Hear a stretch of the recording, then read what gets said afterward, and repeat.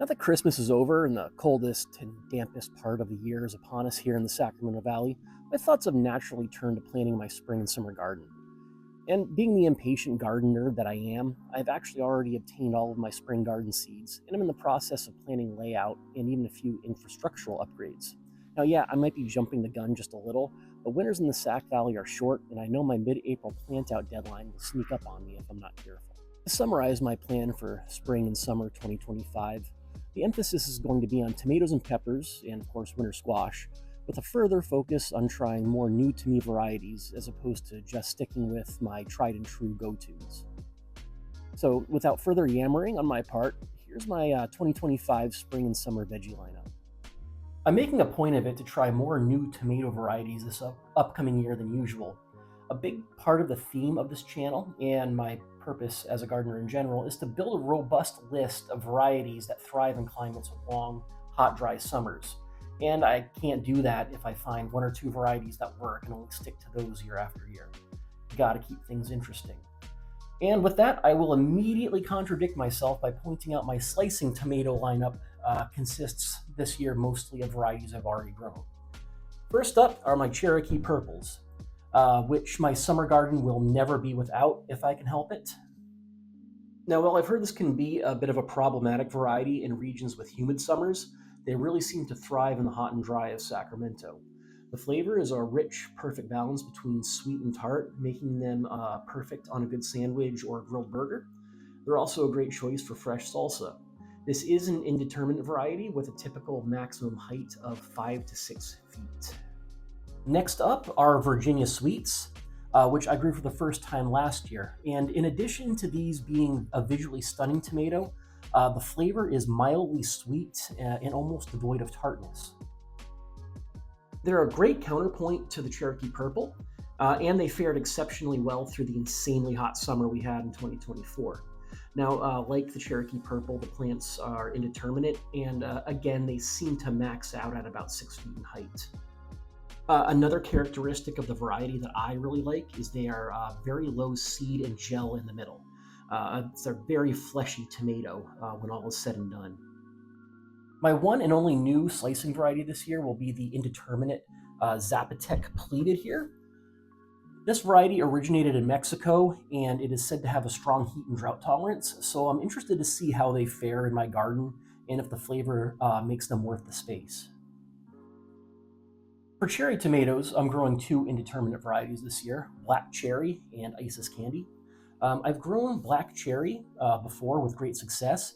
They're a really good high output plant that produces fruit that can be described kind of like a mini Cherokee Purple. They're perfect for salads, of course, and in my opinion, they make an amazing base for like a hearty beef chili. I'm also trying these Isis Candy cherry tomatoes, which caught my eye while I was in the midst of spending a Sandia Seed gift card my wife gave me for my birthday. Like most of my tomato choices, these are touted as heat and drought tolerant with a flavor about as sweet as a sun gold. They certainly look pretty based on the marketing photos, and hopefully they perform in a hopefully they taste and perform as good as they look.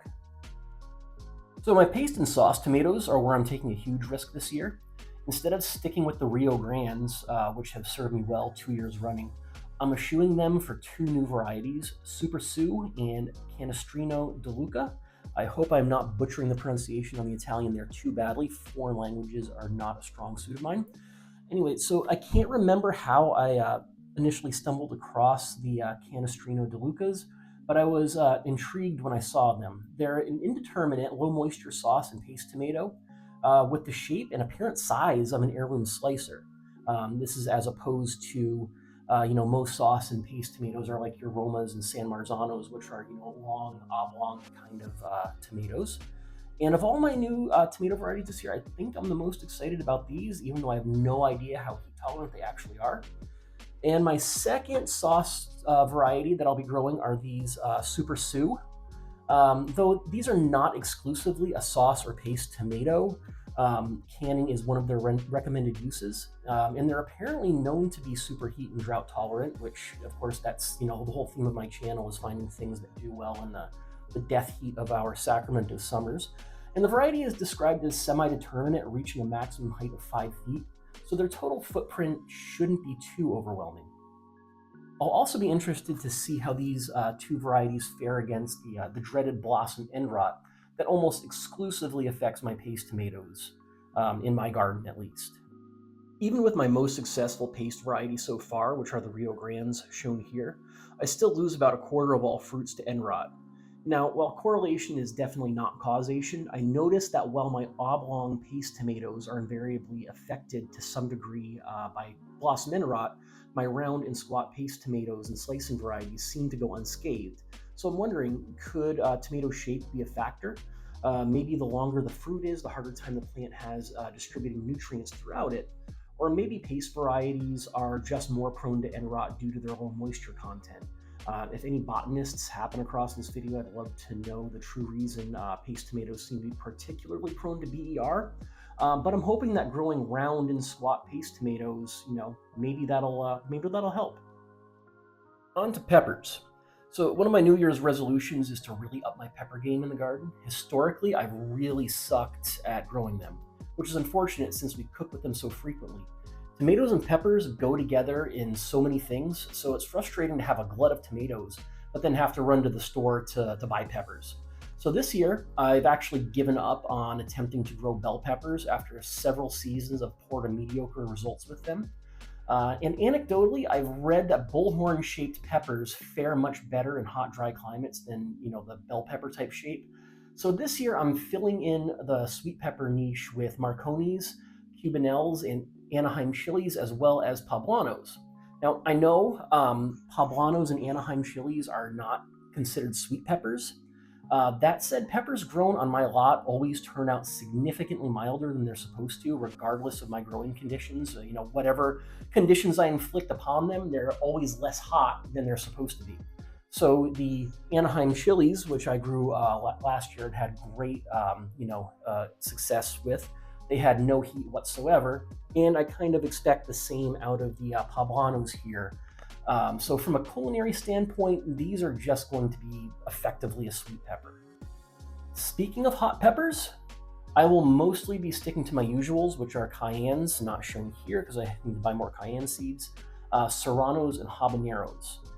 However, I did stumble upon these, I don't know how to pronounce these, malaguetas, while seed shopping, and I became intrigued. These are of Brazilian origin and look like they typically pack quite a punch, 60,000 to 100,000 Scovilles.